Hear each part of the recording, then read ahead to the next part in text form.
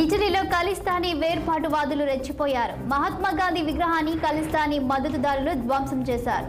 విగ్రహం కింది భాగంలో హర్దీప్ సింగ్ నిజ్జర్ కు సంబంధించిన వివాదాస్పద నినాదాలు రాశారు. జూన్ 14న ఇటలీలో G7 సదస్సు జరగనుంది. ఈ సదస్సులో ప్రధాని మోదీ పాల్గొననున్నారు. కాగా ప్రధాని పర్యటనకు ముందు గాంధీ విగ్రహాన్ని ధ్వంసం చేయడం కలకలం రేపింది.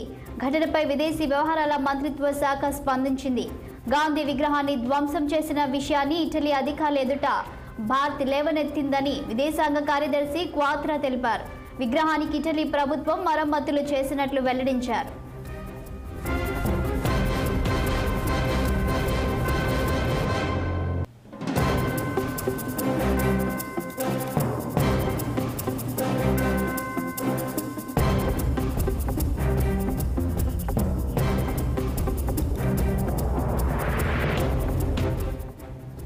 ఇటలీలో ఖలిస్తానీ వేర్పాటువాదులు రెచ్చిపోయారు. మహాత్మా గాంధీ విగ్రహాన్ని ఖలిస్తానీ మద్దతుదారులు ధ్వంసం చేశారు. విగ్రహం కింది భాగంలో హర్దీప్ సింగ్ నిజ్జర్ కు సంబంధించిన వివాదాస్పద నినాదాలు రాశారు. జూన్ 14న ఇటలీలో G7 సదస్సు జరగనుంది. ఈ సదస్సులో ప్రధాని మోదీ పాల్గొననున్నారు. కాగా ప్రధాని పర్యటనకు ముందు గాంధీ విగ్రహాన్ని ధ్వంసం చేయడం కలకలం రేపింది. ఘటనపై విదేశీ వ్యవహారాల మంత్రిత్వ శాఖ స్పందించింది.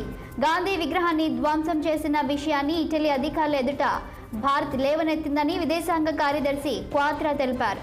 విగ్రహానికి ఇటలీ ప్రభుత్వం మరమ్మతులు చేసినట్లు వెల్లడించారు.